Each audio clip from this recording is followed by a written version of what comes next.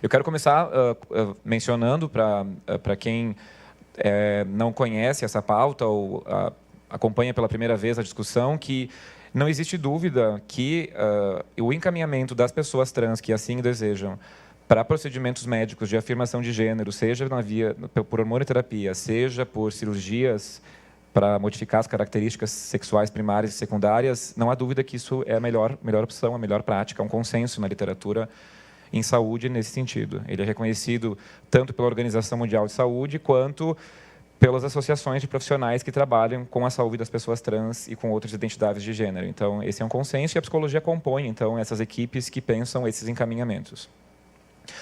Importante mencionar também, como foi comentado no início, que nós sofremos uma transição recente de um modelo em que o que estava em jogo era uma avaliação do ponto de vista psicodiagnóstica das questões trans, então as pessoas trans deveriam sofrer uma avaliação de psicodiagnóstico, de psicopatologia, para um contexto em que esses aspectos da diversidade de gênero, a transexualidade, a travestilidade, não são mais vistos como questões patológicas, são vistos como questões da condição humana que merecem avaliação do ponto de vista do sofrimento, das necessidades específicas relativas ao corpo, mas não mais pela via do psicodiagnóstico psicopatológico. Isso é reconhecido tanto pelo DSM-5, que entende, então, que o que está em jogo na avaliação é a disforia de gênero, ou o mal-estar em ter um corpo, uma identidade de gênero que não está de acordo, né, com as expectativas sociais ou com o desejo da pessoa, e a CID-11, que, como você mencionou, compreende que não se trata mais de uma condição de saúde mental, e sim de uma condição de saúde sexual. Esse contexto, então, coloca desafios para a psicologia, em especial para a avaliação psicológica. No Brasil, é importante mencionar, os procedimentos de acesso a cirurgias e a hormonização pelo SUS são regulados pelo Ministério da Saúde e pelo Conselho Federal de Medicina. A psicologia compõe as equipes multiprofissionais que trabalham com esses pacientes, com essas pessoas, com esses usuários dos serviços. E nesse contexto, eventualmente pode se dispor de avaliação psicológica. Porém, não se trata de uma avaliação psicológica compulsória, no contexto do SUS, ok? Isso é importante mencionar. E no contexto dos serviços privados de saúde, psicólogas e psicólogos também são convidados, eventualmente, por profissionais médicos ou profissionais da fonoaudiologia, ou, enfim, de outras áreas da saúde, a fornecer documentos ou a fornecer pareceres, enfim, diferentes tipos de documentos, laudos, para encaminhar melhor os procedimentos de saúde dessas equipes, aí no contexto do privado. E aí, eventualmente, sim, pode se tratar de uma avaliação psicológica.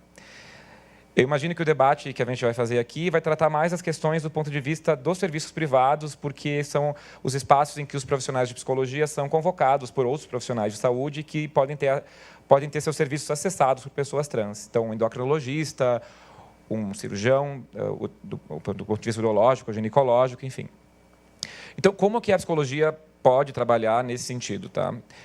A psicologia deve fazer uma avaliação que pense, por exemplo, as questões de disforia de gênero, ou seja, do mal-estar relacionado a ter um corpo ou ter uma identidade de gênero que não está de acordo com as expectativas, né, da pessoa que nos acessa. E aí existe uma série de técnicas que podem ser utilizadas para avaliar esse desconforto, esse mal-estar. Técnicas específicas que ainda não foram validadas para o Brasil, que esse é um aspecto importante de se mencionar. Precisamos ainda desenvolver técnicas específicas nesse sentido, mas a psicologia possui outras tecnologias que podem ser utilizadas, né, para esse fim. É importante avaliar também a necessidade da pessoa em utilizar a hormonioterapia e, nesse caso, avaliar os melhores encaminhamentos, se for o caso. Nem todas as pessoas trans vão requerer acesso à hormonioterapia, então isso pode ser avaliado e pensado com cada pessoa, do ponto de vista de custos e benefícios, riscos e benefícios. Avaliar também e pensar com a pessoa os outros procedimentos médicos de afirmação de gênero, cirurgias nas características primárias e secundárias, encaminhamentos, se for o caso. E avaliar, e sim, isso é muito importante, como a colega mencionou, outros aspectos de saúde mental que podem ter relação ou não com as questões de gênero. Por exemplo, aspectos relacionados podem ser o impacto da violência e da discriminação que essas pessoas sofrem, e aí sim isso tem repercussões na saúde mental, e aspectos não relacionados que podem ser questões de saúde mental em geral, que todas as pessoas são sujeitas. Então, também é um aspecto que deve ser avaliado por profissionais, né, de psicologia. E aí, muito importante, que existe uma controvérsia nesse campo, que muitas pessoas entendem erroneamente que a psicoterapia, nesses casos, ela deve ser exigida ou é quase que compulsória. E também não é o caso.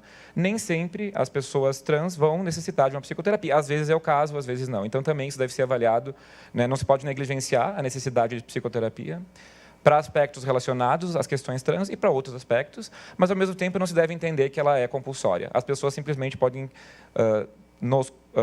chamar os profissionais de saúde ou as próprias pessoas trans para a produção de documentos e produção de avaliação apenas para as questões corporais, hormonioterapia, procedimentos de afirmação de gênero, médicos. E, às vezes, isso pode ter uma relação com saúde mental geral e aí psicoterapia. Às vezes, não. Então, acho que para começar a nossa conversa, esses são os aspectos que eu gostaria de salientar. Vamos lá, a pergunta do Robson Costa, que foi feita pelo Instagram. Na discussão, dentro dessa discussão psicossocial, acerca da construção ou consolidação da identidade da pessoa transgênera, qual seria o papel do psicólogo no processo de avaliação e acompanhamento psicológico desses pacientes que desejam serem submetidos à intervenção cirúrgica? Vamos começar por essa.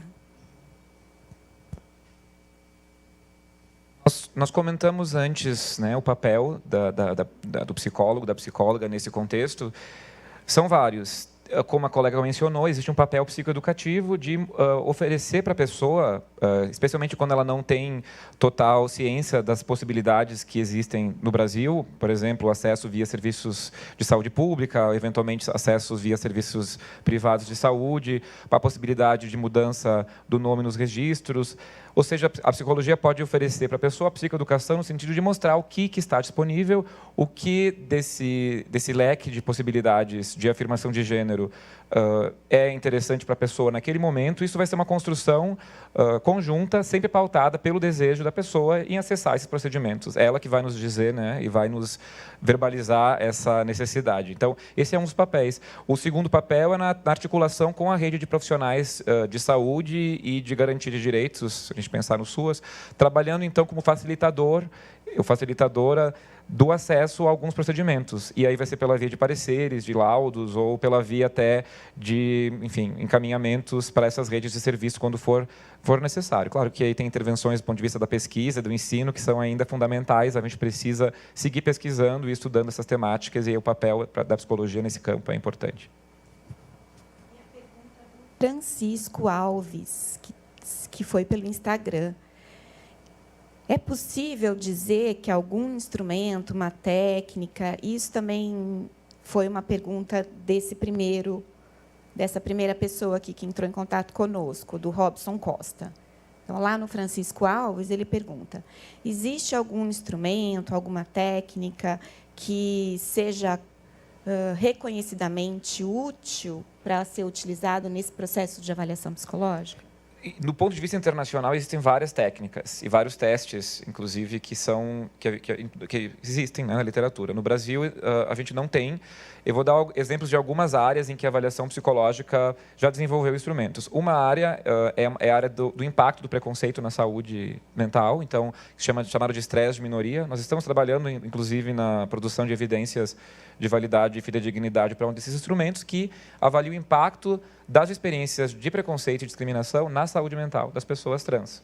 Esse é um aspecto. Outro aspecto é a avaliação das características corporais que a pessoa gostaria de modificar em função da sua insatisfação. Existem protocolos, então, que a pessoa pode avaliar as características do seu corpo e, a partir daí, discutir quais são as modificações necessárias. Outros aspectos dizem respeito à disforia de gênero, ou seja, o mal-estar associado às questões corporais e à identidade de gênero. Então, existem instrumentos para esse campo também.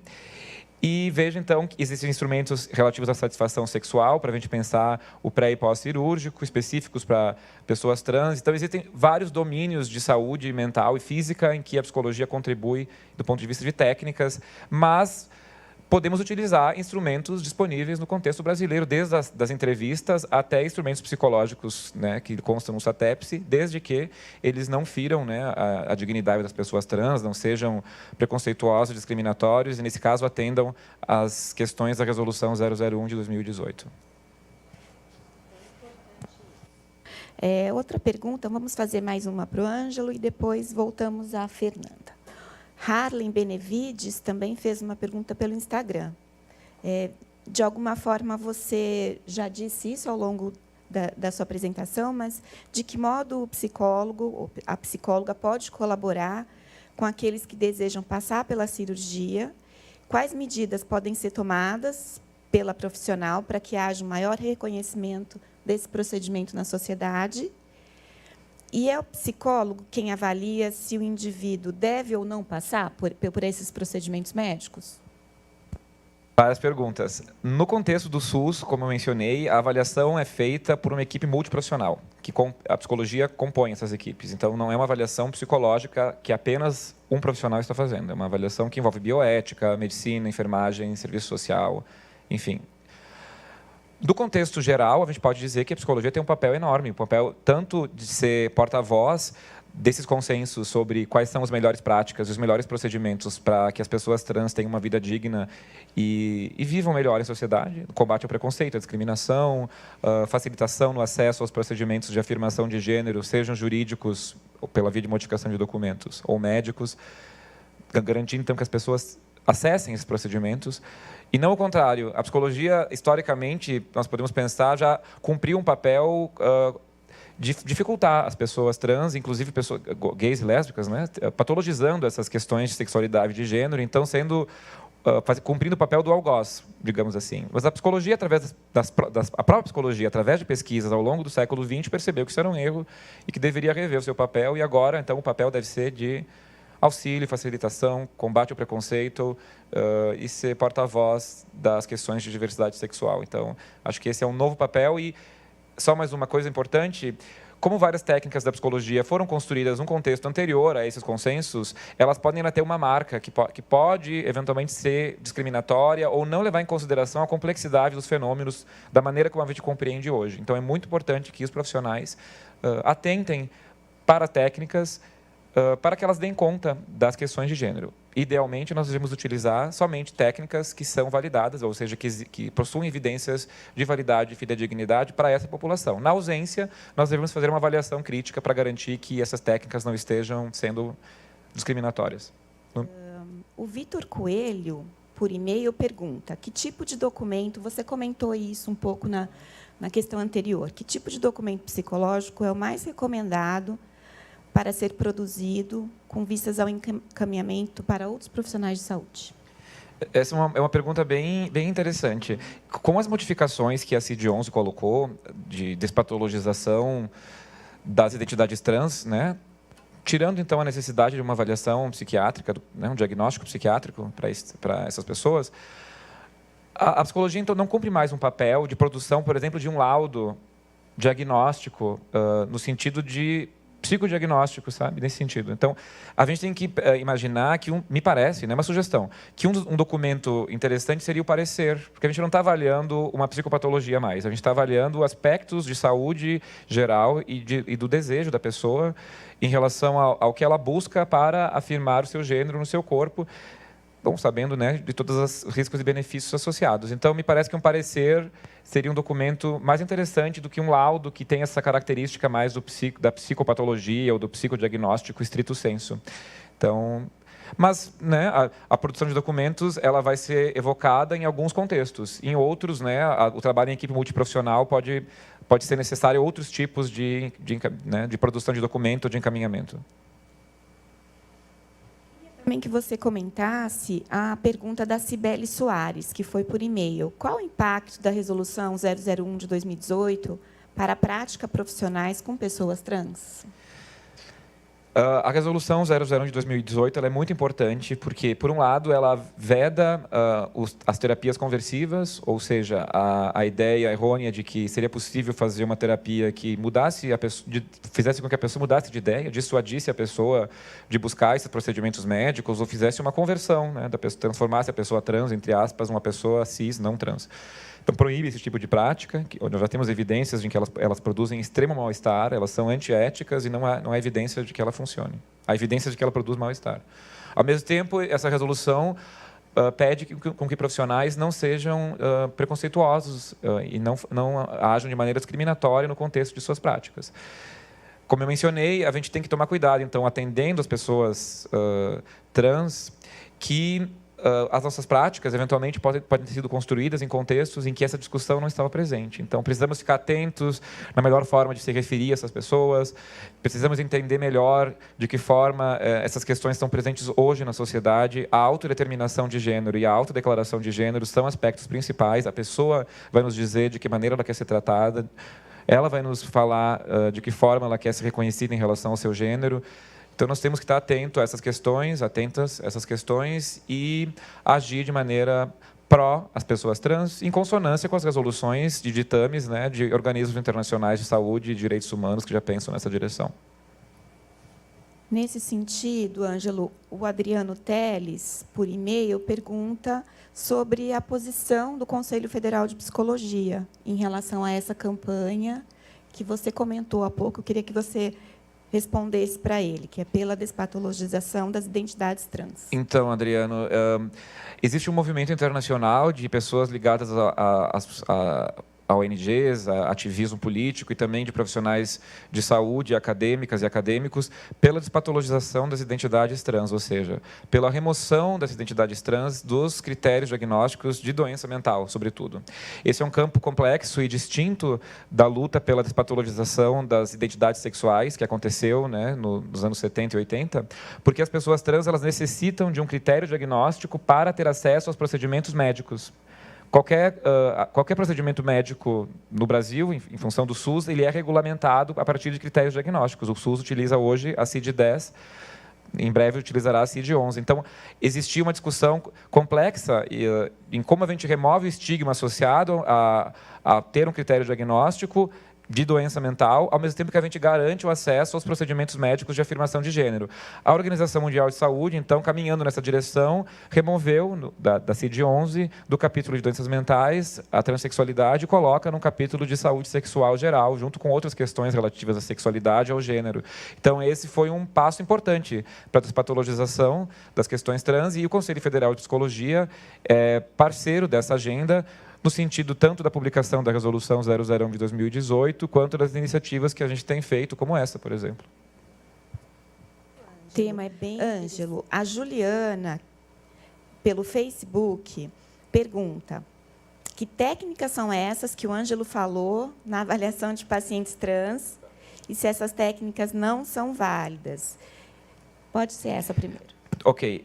Juliana... Eu não sei exatamente quais são as técnicas que você está se referindo. Eu vou tentar dar conta da sua pergunta da seguinte forma.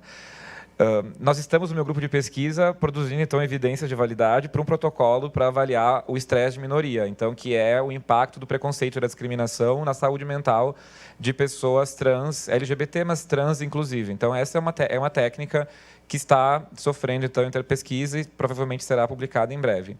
Nós não temos no Brasil validado técnicas específicas para pessoas trans. Existem no contexto mundial técnicas para se avaliar a disforia de gênero, para se avaliar as questões de insatisfação corporal, para se avaliar as funções sexuais, para se avaliar diversos aspectos relativos ao contexto em que vivem as pessoas trans. Então, a gente precisa produzir essas evidências ainda no Brasil, e eu mencionei técnicas em geral. A gente pode avaliar aspectos de saúde mental, ansiedade, a gente pode avaliar aspectos cognitivos, se for o caso, né, se a gente tiver alguma dúvida em relação a isso. Mas nada é obrigatório. As pessoas trans, assim como pessoas que não são trans, existem com uma diversidade enorme, né, de questões. Então, a gente precisa avaliar, eventualmente, aspectos de saúde mental que são relativos a todas as pessoas, e aí técnicas que já estão disponíveis podem ser utilizadas, observando, então, de que forma, né, a partir da Resolução 01 de 2018, nós poderemos ou não aplicar essa técnica com esse grupo, porque é evidente, até onde me consta, que a maioria das técnicas disponíveis no Brasil hoje não tem nos seus grupos normativos, né, de validação pessoas trans, assim como provavelmente não tenham pessoas que passaram por cirurgia ou pretendem passar por cirurgia bariátrica. É importante essas considerações que os dois fizeram, no sentido de que, embora não exista ainda hoje instrumentos específicos para alguns dos domínios necessários, existem outros instrumentos e outros recursos avaliativos, e compete a esse profissional a realização de um processo de modo a responder à pergunta que ele formulou lá no início. Então, é possível avaliar, no entanto, ainda é necessário desenvolver alguns instrumentos mais específicos. A Camila Rezende, por e-mail, quer saber quais são os aspectos a serem observados na avaliação de adolescentes trans? Essa é uma pergunta interessante e complexa. Não existe um consenso internacional a respeito das melhores práticas com adolescentes trans. No Brasil, o Conselho Federal de Medicina tem construído resoluções junto com o Ministério da Saúde de forma a pensar como esses procedimentos vão se dar aqui. Algumas universidades, nos seus hospitais universitários, já realizam, do ponto de vista da pesquisa, a atenção em saúde desses adolescentes que se identificam como trans. E o que eu posso destacar é que existem vários protocolos internacionais que pedem uma avaliação mais cuidadosa, uma espera, inclusive em alguns casos, para que se confirme ou não na adultez esses aspectos relativos à transexualidade nesse grupo geracional. E os protocolos que são em avaliação no Brasil dizem respeito ao retardo da puberdade através de medicação, que é um procedimento reversível, e aí depois início da hormonização e cirurgia, se for o caso, na chegada da maioridade, né, da maioridade civil. Então, esses são os procedimentos sendo testados no Brasil, mas não existe consenso em relação ao tempo do início da hormonioterapia, não existe um consenso em relação a quando iniciar a supressão da puberdade, se é o caso, se não é.